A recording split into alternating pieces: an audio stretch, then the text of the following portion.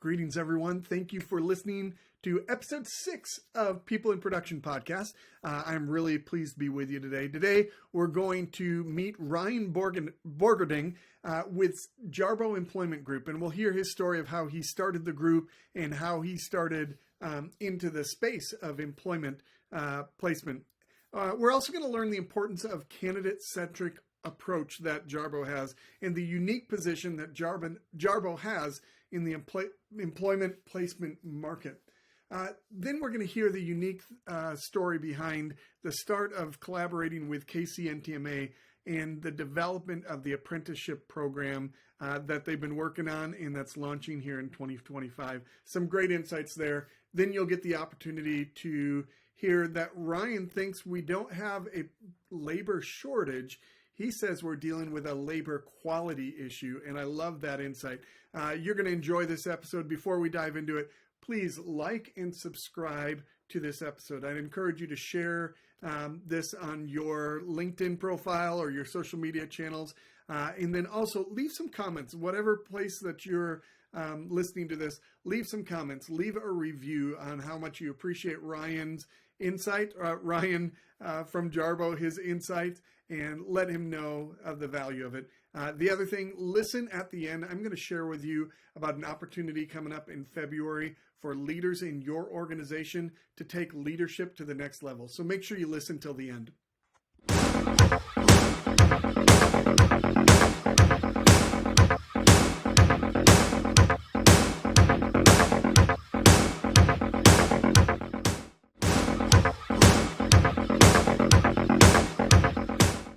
Ryan, with Jarboe, it is great to see you. We just had a little technical difficulty, and I was just trying to figure out what was going on. So we are jumping back into this.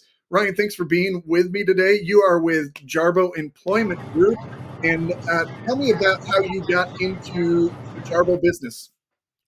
Yeah, so I guess I'll go, rewind to just getting into staffing in general, as kind of everybody told me that was in staffing at the time, and I come to learn myself after getting into it is, staffing finds you. You don't really go find staffing. You don't go through college thinking that's where I want to land. Is that what you're saying? No doubt, yeah.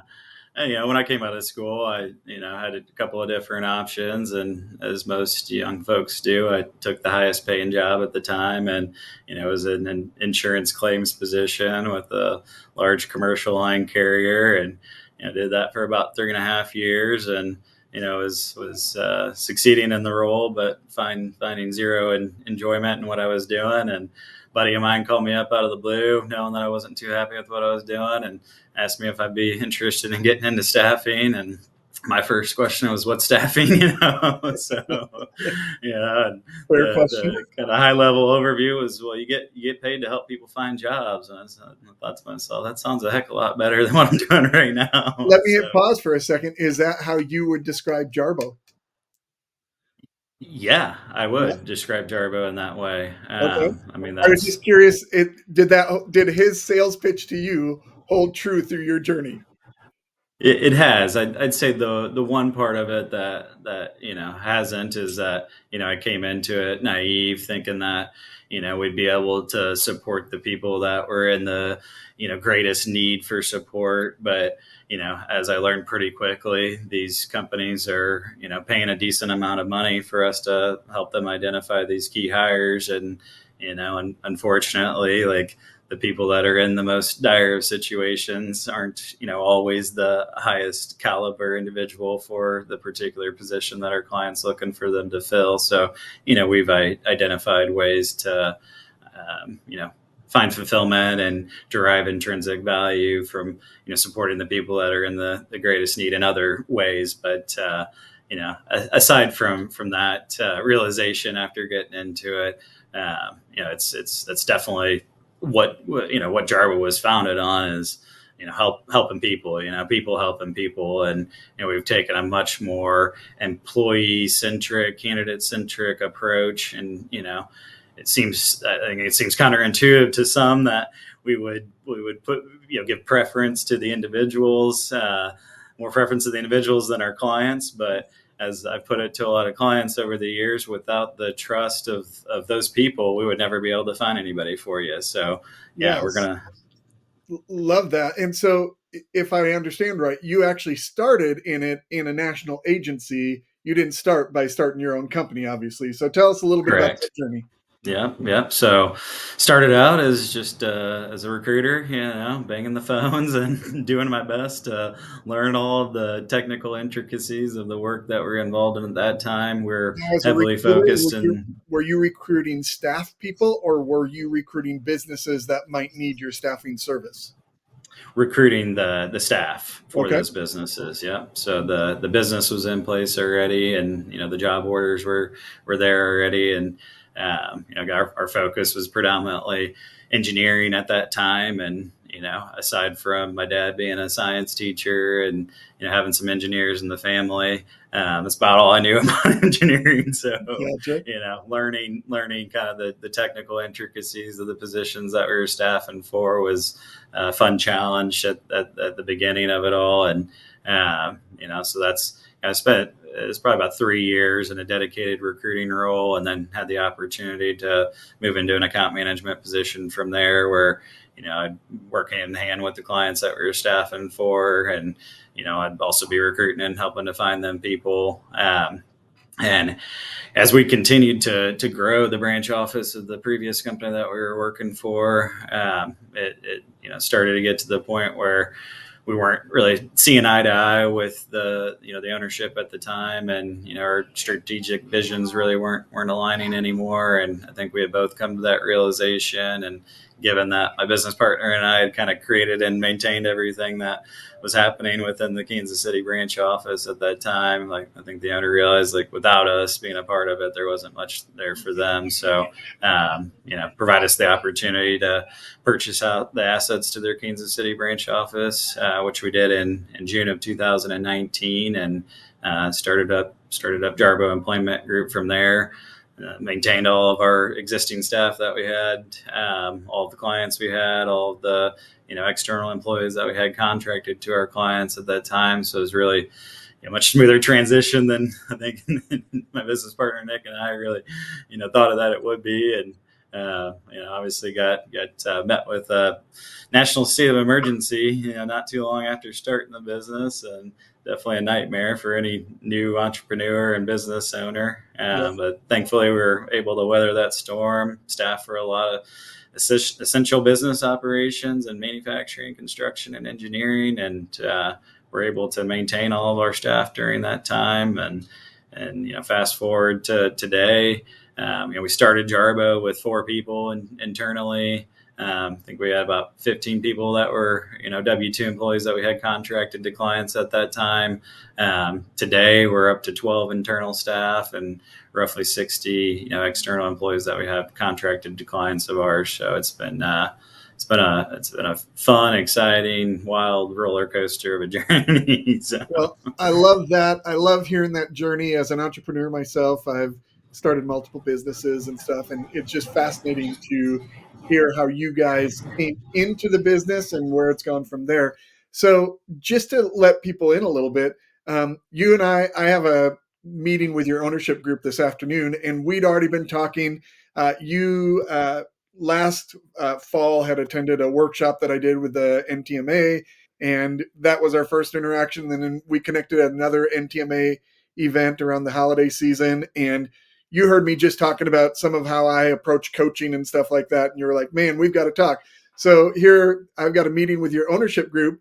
But then I was also saying, hey, we need to do a podcast too. And when we were talking about that, I said, do you want to wait until after our meeting? And you said, no, let's let it be more organic. Let's just learn about each other as we record the podcast. So this is fun for me, just to be able to learn about your company. And I just wanted people to understand how we connected, but then understand that I'm asking questions because I'm coming into this without knowing a whole lot about your group other than some of the research that I've done online.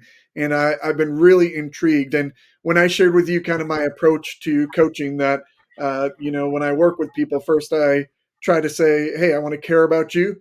And then I want to follow up on the accountability you promised to yourself. And then I want to work through clarity. And then I want you to set your commitment to yourself that will hold you accountable to the next thing. You kind of jokingly said, "Hey, when can we meet?" and stuff like that. And are you available next Thursday? And it's just turned into this. Hey, we've got some we've got some connecting points on how we view people that drew us to each other. So from that perspective, you are an employee centric company that are really trying to invest in people. If I'm an employer that needs talent and I come to you, what sets you guys apart? And why should I work with you instead of go out and get someone myself? The thing that sets us apart, and I can say this confidently, is our approach. What you'll find in most sales organizations, which staffing agencies are, is that the stereotypical sales tactics, the pressure, coercion, and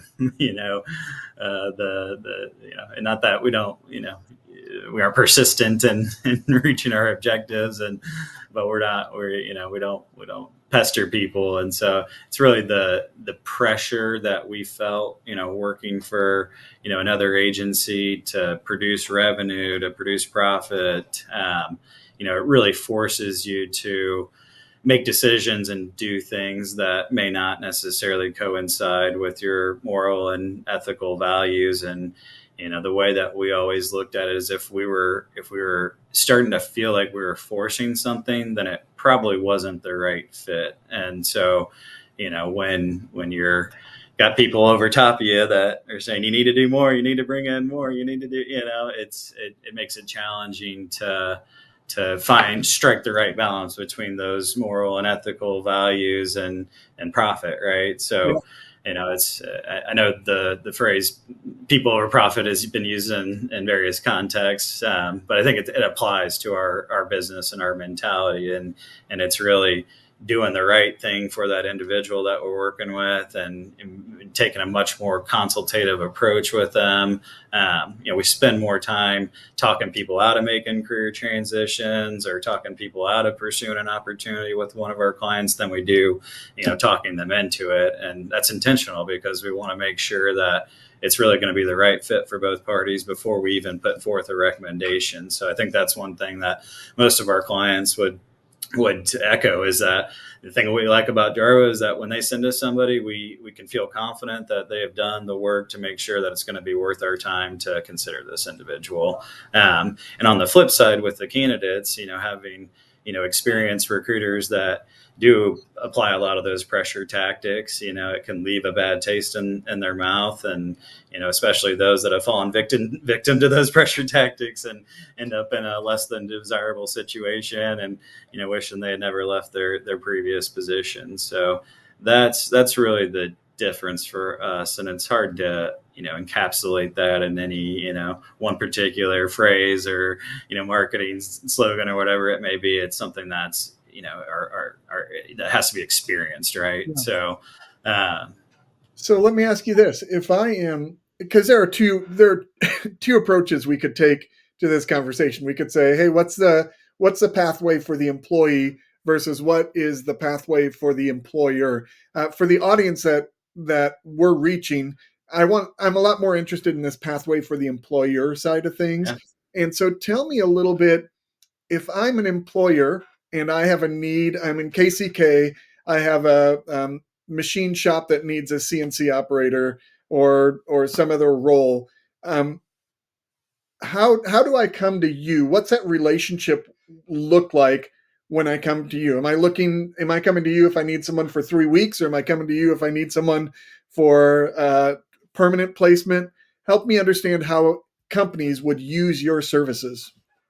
Yeah, I mean, we serve a variety of needs that stem as short of a duration as a temporary, 2 week. You need to get somebody in here while we've got somebody out on leave, to identifying somebody for a very strategic position that the company is intending on hiring directly and needs us to find that person and help play matchmaker. And really everything in between. I'd say the most common reason that employers will utilize our services is to identify folks for, a longer term need that they have. And, it's really at the preference of the organization in terms of how they want to go about structuring, how this person comes on, whether they get hired on directly by that organization or if they want them to come on through our agency and work through our agency for, various durations of time before they, put forth that full commitment and hiring them on directly. The way that we've always seen it is it's to each their own. It's really the preference of the organization in terms of how they want to go about that. And, the way that we structure our fees, it's no more, costly to go one direction or the other. And we do that intentionally to make sure that our customers feel comfortable doing whatever they feel is best for their business outside of the financial considerations. So you had shared with me earlier before the technical problem and stuff like that. And there have been a few moments where I'm like, wait, have we talked about this since we got this? Yeah, Sorry sure. to our audience if there's anything that we've repeated. It's because we're overcoming operator error on the technical side on my part. But you have shared a little bit with me about this dynamic of your employees are the people are employed with you until they become employed by the other company. So you're paying their payroll taxes, you're paying their insurance benefits and stuff like that. Tell me a little bit about that, because that was different than what I anticipated the model would be. Yeah. So regardless of whether or not they're actually working in our office every day, or if they're working for one of our clients and we don't see them, we treat everybody as if they are an internal employee of the company. And again, that's with the approach and mindset that these people are what really drives revenue for our business. And while the organization, the client, the companies are the ones that are actually paying the bill at the end of the day, if we didn't have people that trusted us and didn't provide people, a good offering during the time that they're working through us, we would never have anybody that would be interested in working through us and wouldn't have anybody to send to our clients. So, whenever we were deciding how do we want to have that set up, because, there is an opportunity to provide, different benefits to different, classes of employees. And, I know a lot of staffing agencies have elected to provide minimum essential coverage and the way of,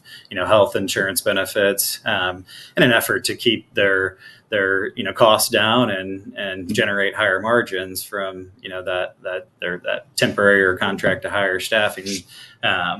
In our eyes, it was more important to us to provide a comprehensive benefit package, which is the same benefits that I have as an owner of the company. We provide to all employees, internal or external, because we felt that would allow us to identify the highest quality talent by providing the best offering. And seeing what we've been able to accomplish over these past 5 years, I can say confidently there is something to that. And it's also just personally, it feels like the right thing to do. So that's, we take care of not only, the benefits part of it, but all of the initial onboarding and compliance. And, we assume all the employment liability during that time, not just from a work comp and injury perspective, but it extends beyond that as well. So, it really provides our clients with a lot of, financial protection and liability protection that they wouldn't have otherwise employing them directly.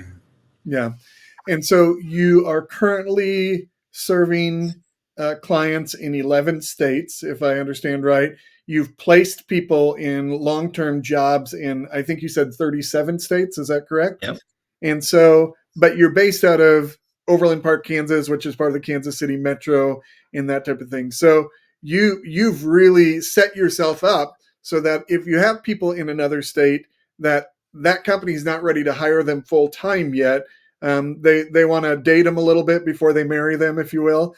Yep. You are licensed in that state, or you're organized in that state so that you can pay payroll taxes and offer the benefits that you offer and stuff like that. So that's amazing, the extent that you guys have gone to be able to do that. Did you anticipate when were you in that many locations when Jarboe started, or were you just in the KC area when Jarboe started?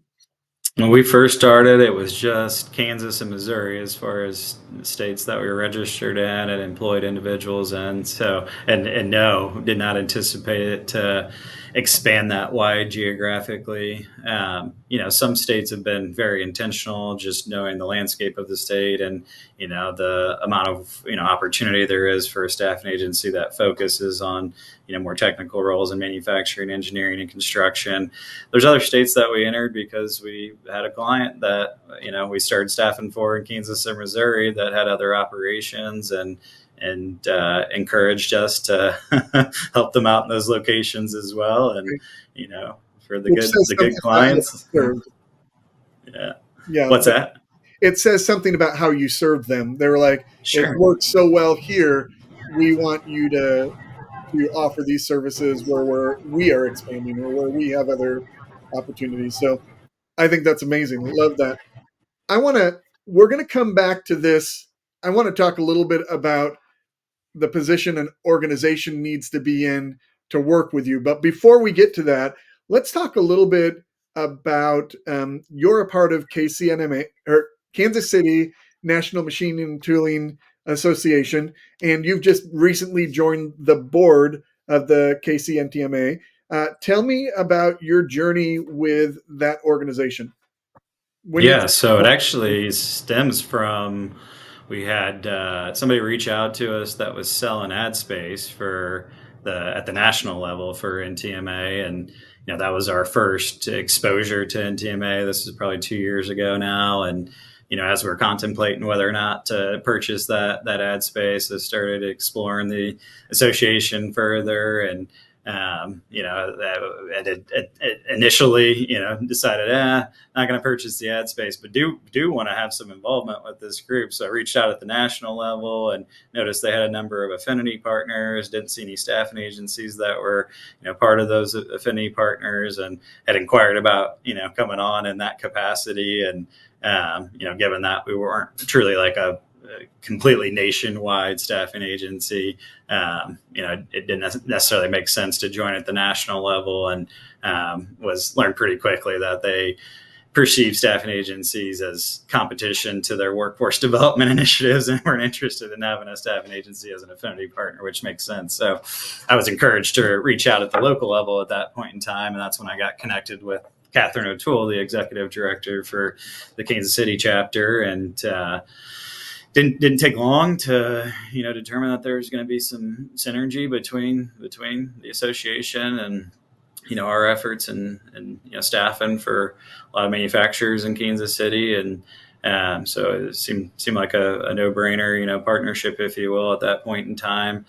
So spent a year just as a member, kind of seeing what it was all about, and having been involved in a lot of networking groups over the years, like I've come to realize that you got to be really mindful of how beneficial that time spent is going to be, and not necessarily from like a return on investment perspective, but are the things that you're going to learn and get exposed to, and the connections that you're going to make, are those going to create value for you in some way, shape, or form. And having wasted a lot of time in a lot of other networking groups, like I've come to realize like the success of that, and that being, the usefulness of that time is really predicated on how, engaged and involved and motivated that networking group is, right? And that's something I identified early on with the Kansas City chapter of NTMA, that, members were not only showing up to events, but they were actively participating. They were having thoughtful discussions and conversations, and as far as the actual member shops, that are part of the Kansas City chapter, they all have see, one of the main benefits in being a part of the association is to identify ways to, share work with one another, and, help one another to generate more revenue, and help to, keep more work here locally. And for a number of success stories, and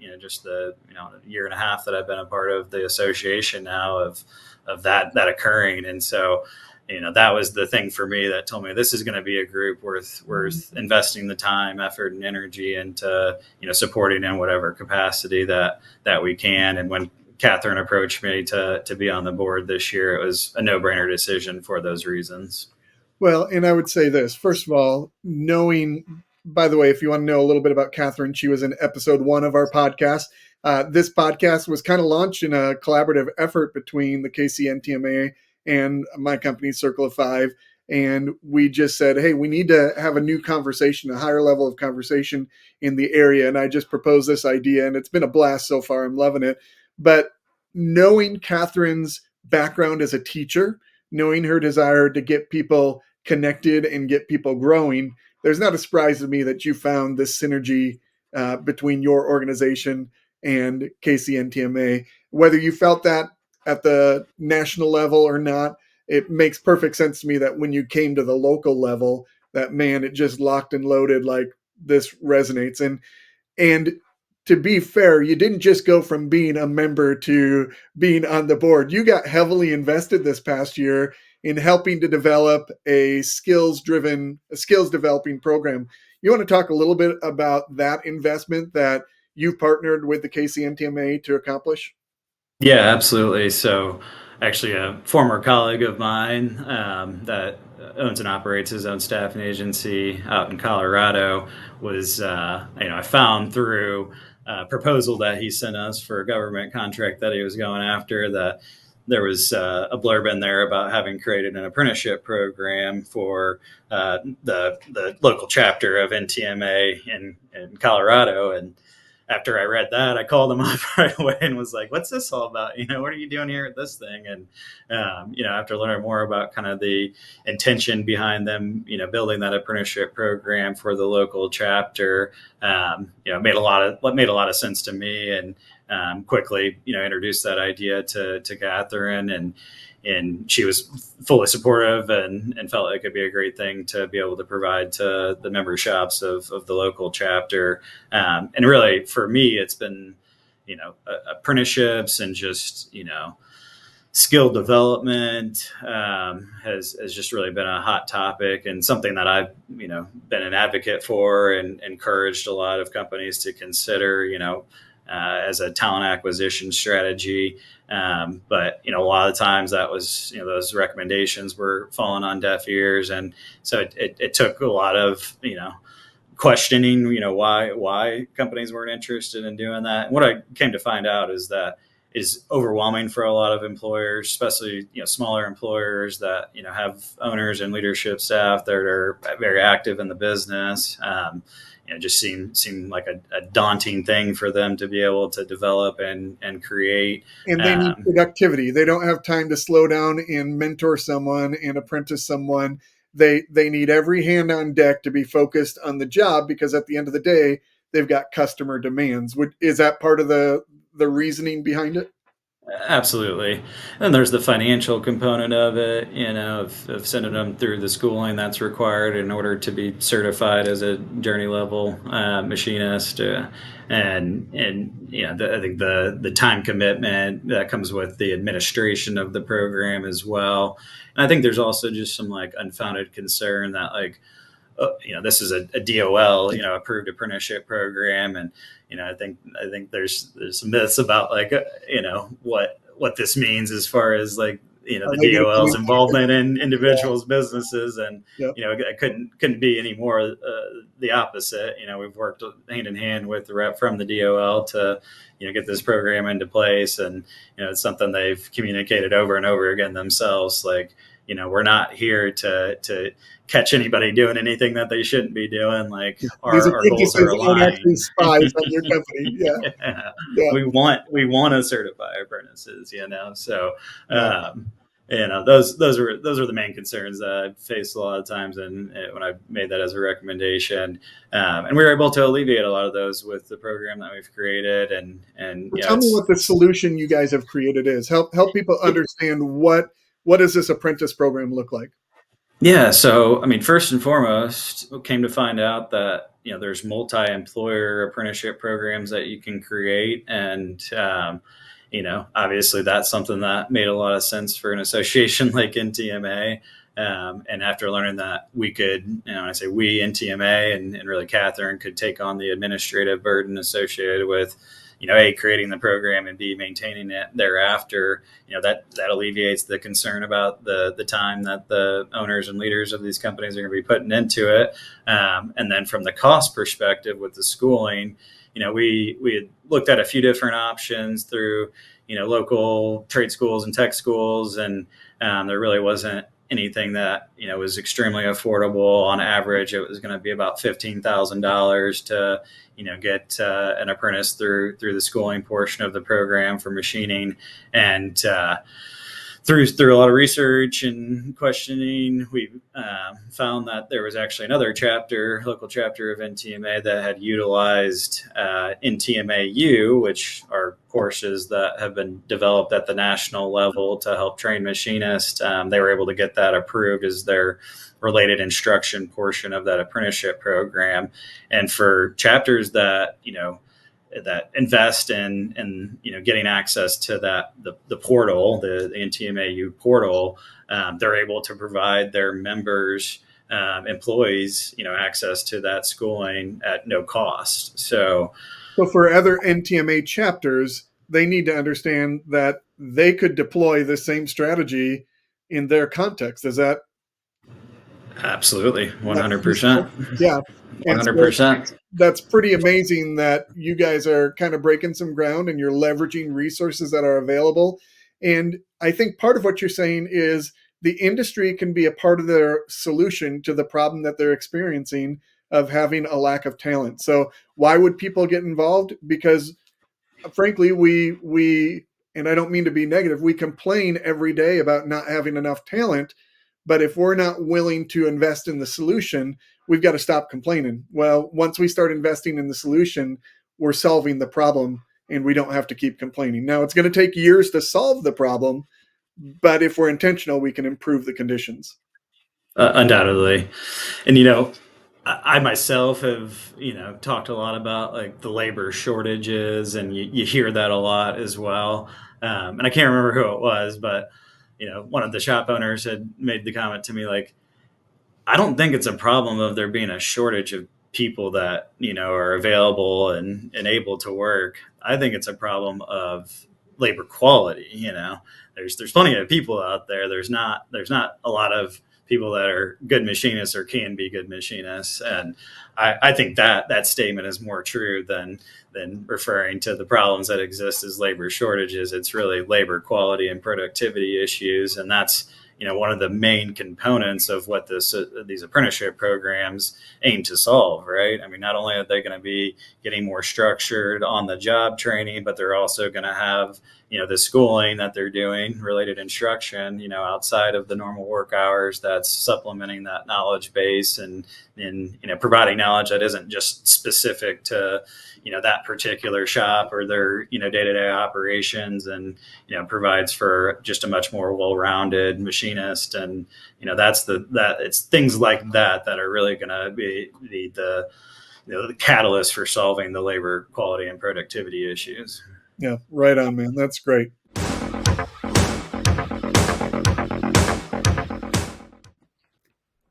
I love those insights from Ryan and the Jarboe Employment Group. We kicked the conversation up a notch in the second part of this interview. You won't want to miss it when it comes out in our next posting. We get to talk about some real challenges organizations face when there's a disconnect between the C-suite and the floor. And we'll talk about the importance of investigating in leadership. Before I let you go today, I want to let you know about this upcoming education opportunity that we have for your leaders in your organization. In February, starting the 6th, we are going to, for 3 weeks on Thursday morning, we're going to do an online course that is targeted towards your leaders, where we're going to go deep into this dynamic of the leadership mindset and transformation of culture. And if you are looking to invest in your leadership team, if you're looking for a way to take their conversations, to take their insights into your organization to the next level, this is the way. I really want to invite you to have your leaders be a part of this. There's a limited number of spots. The cost is $797. That's going to include the AccuMax Index profile, where they'll be able to learn a lot about themselves, how they show up, how they interact with each other in the environment where they can thrive the most. So they'll have a better opportunity to set themselves up for success. We'll also go through this 3 weeks of working through content together. It's actually 6 sessions that we're going to be going through, but we're going to do 2 each Thursday morning for those 3 weeks. And then following that up, we're going to have an intensive peer advisory group where it's just the people from this course, where we're going to be holding people accountable to putting into actions the things that they learned from this course, and they're going to be able to come back and share real-time experiences and challenges they're facing, where the group gets to collectively navigate their way through it together. So it is going to be a great opportunity. If you are interested, reach out to me. Check out our website, circleof5coaching.com, to find out more information. But we would love to have you be a part of this exciting time. Thanks so much.